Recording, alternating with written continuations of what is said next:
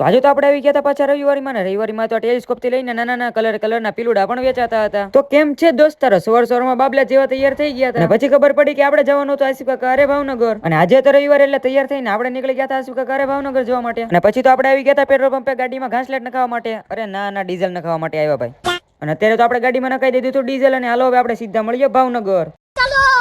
અને પછી તો બુજલ થી મોહિનભાઈ ને લઈને આપણે આવી ગયા હતા સીધા ભાવનગર. અને પછી તો ગાડીને અહીંયા પાર્ક કરીને આપણે નીકળી ગયા હતા સીધા રવિવારી બાજુ જોવા માટે. તો હાલો મિત્રો, જોઈ શકો છો કે આપણે સીધા પહોંચી ગયા છીએ રવિવારીમાં. અહીંથી આપણે કઈ લેવાનું તો હોય નહીં, પણ આમ આટા મારવા આવી એટલે મજા આવે અહીંયા.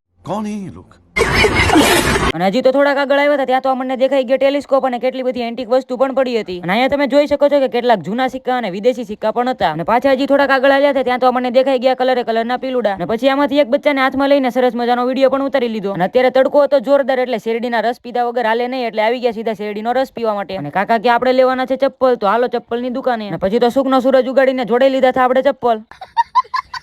અને પછી તો આવી ગયા હતા આપણા સંબંધીની દુકાને. અને સામે તમે જોઈ શકો છો કે આપણી ગાડીમાં મરાવવાના છે થોડા સ્ટીકર. અને અત્યારે તમારી દીધે આપણે ગાડીમાં સ્ટીકર. અને પછી તો થઈ ગયો તો નમાઝનો ટાઈમ, એટલે આપણે આવી ગયા હતા સીધા કેસરભાઈ મસ્જિદમાં નમાઝ પડવા માટે. અને નમાઝ પડીને સીધા નીકળી ગયા હતા ઘરે જવા માટે. અને પછી રસ્તામાં પી લીધું સરસ મજાનું શરબત. બાકી દોસ્તરો અત્યાર સુધી તમે લાઈક એન્ડ ફોલો કરી જ દીધું હશે.